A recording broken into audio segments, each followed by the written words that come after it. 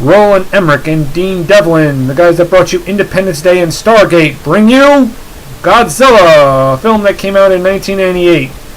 They thought they had such success with Independence Day, bringing back the whole alien invasion thing. They thought they could do the same with the giant monster movie thing with their own reimagining of Godzilla. And does it work? Well, no, not really. Okay, I'm going to get down to some things I did like. The build up to finally when we do see Godzilla, that was awesome. I mean, he just keeps the audience in suspense on when you're finally going to see him. That was good. And the special effects were all right. I mean, they weren't great. Godzilla's was most of the time he's good. Other time he becomes a little too see-through-ish. I think Ed 209 was a more intimidating. From RoboCop was more intimidating than this Godzilla. But the rest of the film kind of falls flat. I mean, the acting was kind of bland. I mean, Matthew Broderick as Nick Totopoulos, that's an ongoing gag that just keeps running out the movie of them mispronouncing his name for the most part. Even the Nostalgia Critic mock that part. Very funny, I must say. He doesn't really bring much to the film. I usually like Matthew Broderick. Always enjoy to watch. He's usually charismatic and witty in almost anything he's done, but in this film he doesn't do that. He's just kind of bland. He's not like the James Spader from Stargate and Jeff Goldblum from Independence Day. He tries to say all his science stuff, and he looks around at the military people with such nervousness, like he's just trying to be convincing, and he doesn't do that very well.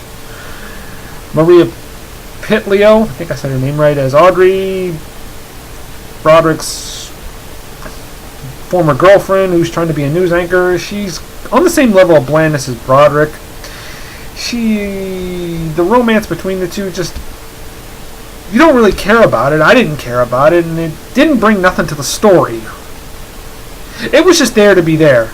Now I gotta say the two actors who are very memorable are Hank Azaria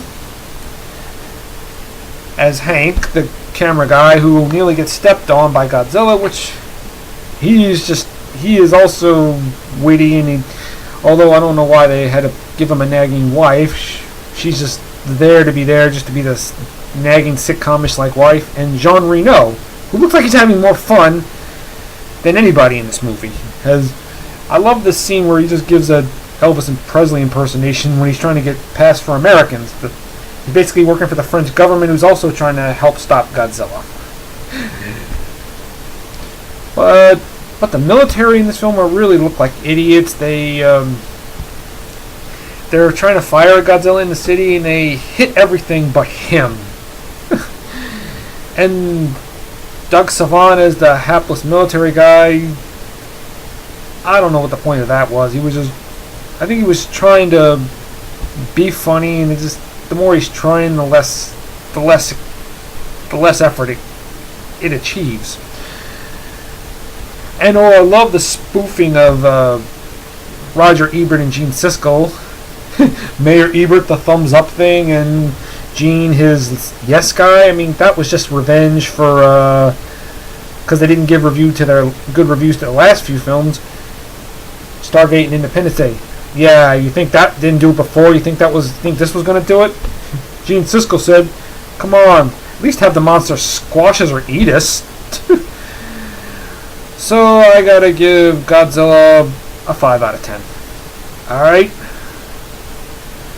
I'll sayonara. Bye bye.